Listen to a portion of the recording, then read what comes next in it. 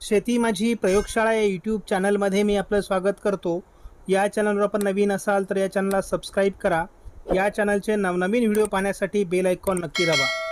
आपणास व्हिडिओ आवडल्यास लाईक आणि शेअर अवश्य करा. नमस्कार, मी डॉक्टर मच्छिंद्र बांगर महाराष्ट्रातील आणि देशातील हवामान परिस्थिती संदर्भात अंदाज देणार आहे. आपण बघतो की गोव्याच्या दरम्यान तयार झालेलं कमी दाबाचं क्षेत्र तीव्र झालं असून त्याचं वेलमार्क लो प्रेशर झालं आहे. त्यामुळे महाराष्ट्राच्या काही भागात अतिवृष्टी किंवा मुसळधार पाऊस होण्याची शक्यता वाढते आहे. सध्या मान्सूनची प्रगती कमजोर असून जवळपास पूर्वेकडून 21 तारखेपासून 23 तारखेपर्यंत मान्सूननी प्रगती केलेली नाही. तर जवळपास 4 दिवस 19 ते 23 मान्सूनने अरबी समुद्राकडूनही प्रगती केलेली नाही आणि एक प्रकारे मान्सूनमध्ये अडथळा निर्माण झाल्याची परिस्थिती सध्या जरी असली तरी पुढील 2 दिवसात मान्सूनची प्रगती होईल असा अंदाज आहे. भारतीय हवामान खात्याच्या वेबसाईटला अजून कोणताही बदल नाही. मात्र आपण कालच्या व्हिडिओमध्ये सांगितल्याप्रमाणे बंगालच्या उपसागरामध्ये पुढील 5 दिवसात आता 4 दिवसात कमी दाबाचं क्षेत्र निर्माण होण्याचा अंदाज कायम आहे आणि जवळपास 2 ते 3 दिवस अजूनही तीव्र कमी दाबाची शक्यता अरबी समुद्रात कायम आहे. सध्या ताज्या अंदाजानुसार गडचिरोली आणि चंद्रपूरच्या काही दक्षिणी भागात, त्यानंतर रायगड, रत्नागिरी, सिंधुदुर्ग, कोल्हापूरच्या काही भागात पावसात जोर वाढण्याची शक्यता आहे. शिवाय आपण अंदमान निकोबार बेटांच्या दरम्यान देखील वातावरण बदलताना बघतो आहोत. त्यामुळे भविष्यामध्ये दक्षिण भारतावर पाऊस वाढू शकतो. शिवाय केरळ आणि अरबी समुद्राच्या बऱ्याच भागात पावसास अनुकूल परिस्थिती अजून कायम आहे. 24 तारखेसाठी देण्यात आलेला अंदाज महत्त्वाचा असून या ठिकाणी महाराष्ट्राच्या काही भागात म्हणजे दक्षिणी भागात खास करून मोठं पावसाळी क्षेत्र तयार होईल. यामध्ये गडचिरोली, चंद्रपूर, नांदेड, यवतमाळ, परभणी, लातूर, धाराशिव, सोलापूर, बीड, अहिल्यानगरचा दक्षिणी भाग, पुणे, सातारा, सांगली, कोल्हापूर आणि रायगड, रत्नागिरी, सिंधुदुर्गमध्ये आजही पावसात जोर राहण्याची शक्यता आहे. महाराष्ट्रात पावसाचा अंदाज दक्षिणेकडून 25 तारखेला देखील कायम आहे. दक्षिण कोकणात याचं प्रमाण थोडं जास्त असू शकतं. दक्षिण कोकण, पश्चिम महाराष्ट्र, मध्य महाराष्ट्र असं पावसाळी वातावरण 26 तारखेला असणार आहे. कारण कमी दाबाचं क्षेत्र हे महाराष्ट्राच्या दक्षिणी भागात आणि उत्तर कर्नाटकामध्ये सक्रिय आहे. जवळपास 27 तारखेलाही महाराष्ट्राच्या या भागात म्हणजे जवळपास मध्य महाराष्ट्र, पश्चिम महाराष्ट्र, दक्षिण कोकण असं तीव्र पावसाळी स्वरूप राहण्याची शक्यता कायम आहे. मात्र पूर्व विदर्भाकडून पाऊस उघडू लागेल. महाराष्ट्रात पावसाचा अधिक जोर हा 28 तारखेला राहण्याची शक्यता असून महाराष्ट्रात मोठे पाऊस होतील. काही ठिकाणी मुसळधार ते अतिमुसळधार पावसाची नोंद होण्याची शक्यता 28 तारखेला आहे. यामध्ये मराठवाडा, विदर्भ, पश्चिम महाराष्ट्र, मध्य महाराष्ट्र, कोकण असं अंदाज तीव्र आहे. ही पावसाची तीव्रता 29 तारखेलाही कायम राहणार आहे. महाराष्ट्राच्या बऱ्याच भागात जोरदार पाऊस होईल कारण एक कमी दाबाचं क्षेत्रच महाराष्ट्रावर सक्रिय आहे. 29 आणि 30 तारखेला देखील महाराष्ट्रात पाऊस सक्रिय राहण्याची शक्यता कायम आहे. 31 तारखेपासून महाराष्ट्रातील पावसाचं वातावरण कमी व्हायला सुरुवात होईल. पावसाचा खंड महाराष्ट्रामध्ये 1 तारखेपासून जाणवायला सुरुवात होईल. थोडं पूर्व विदर्भात थोडा पाऊस असण्याची शक्यता आहे. कोकणातही थोडा पाऊस राहील परंतु प्रमाण कमी असेल.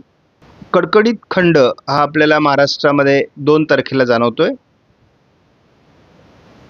आज 24 तारखेला महाराष्ट्राच्या दक्षिणी भागात म्हणजे मराठवाड्याचा दक्षिणी भाग, विदर्भाचा दक्षिणी भाग, पश्चिम महाराष्ट्र, दक्षिण कोकण असं पावसाळी क्षेत्र जोरदार राहणार आहे.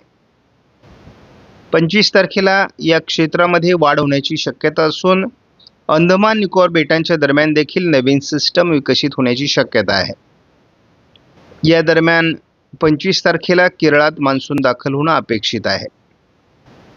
भारताच्या पूर्वेकडून मान्सून बऱ्यापैकी प्रगती करणं अपेक्षित आहे 26 तारखेपर्यंत, आणि अरबी समुद्रातही तशी मान्सूनची प्रगती अपेक्षित आहे.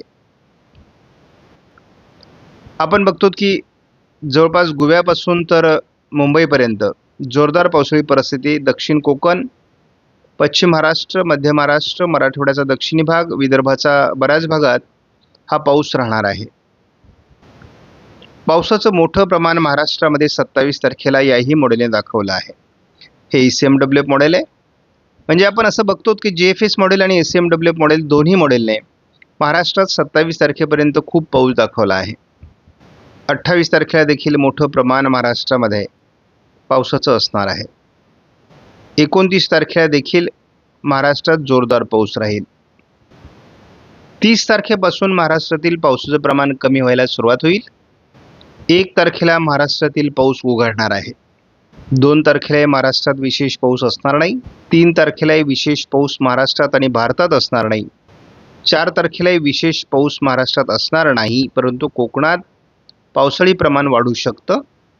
5 तारखेला एक WTचा प्रभाव उत्तर भारतात येण्याची शक्यता आहे.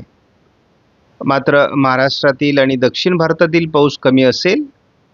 6 तारखेला तसा भारतात पाऊस कमीच असेल, परंतु हलकी पावसाची काही भागात नोंद होऊ शकते. 7 तारखेला पावसाचं वातावरण महाराष्ट्रात कमजोर असणार आहे. याचा अर्थ मान्सूनच्या पुढच्या प्रगतीत मोठा अडथळा निर्माण होईल. त्यामुळे पावसाचा मोठा खंड महाराष्ट्रात आणि भारतात सुरू होऊ शकतो. या ठिकाणी आपण बघतो की महाराष्ट्रामध्ये खास करून सांगली परिसरामध्ये एक कमी दाबाचं क्षेत्राचं केंद्र आहे.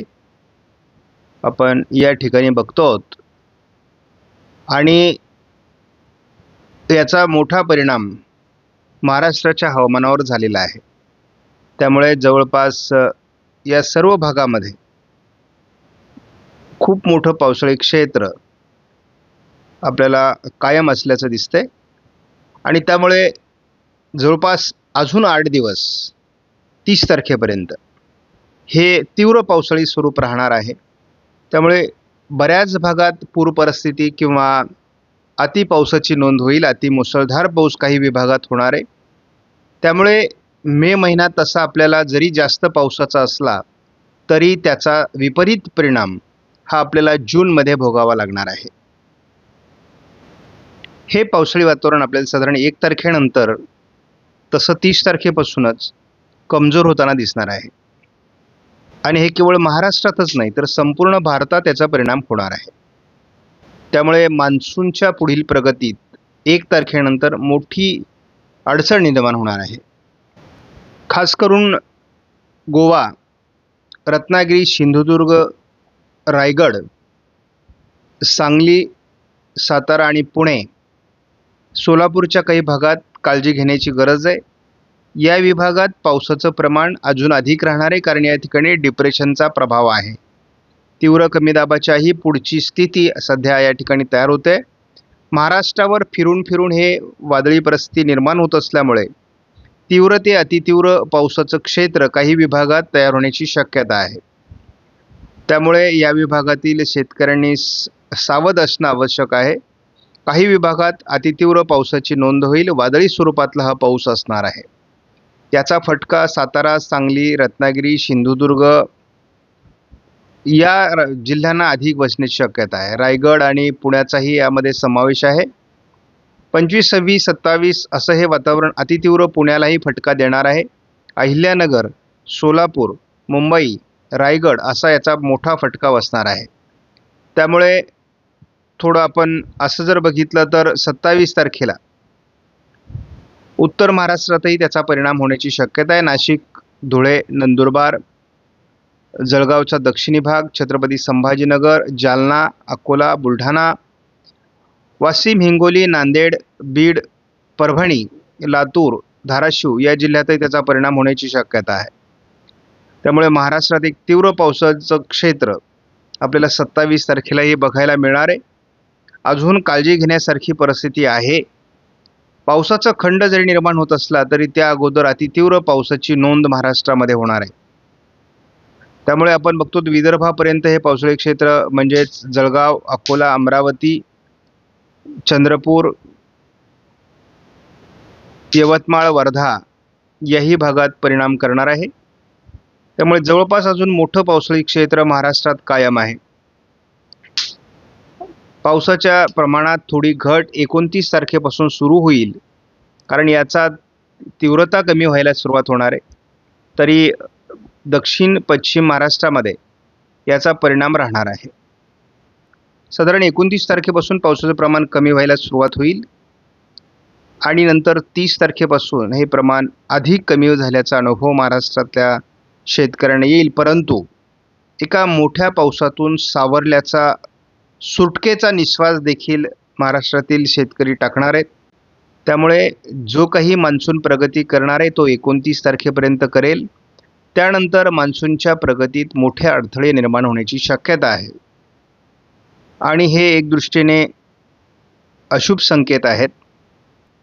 पुन्हा चांगलं पावसाचं वातावरण जूनमध्ये सुरू होईल, परंतु त्यासाठी आपल्याला एक खंड सुरुवातीलाच तयार होतोय आणि त्याला फेस करावं लागेल हे आता स्पष्ट झालं आहे.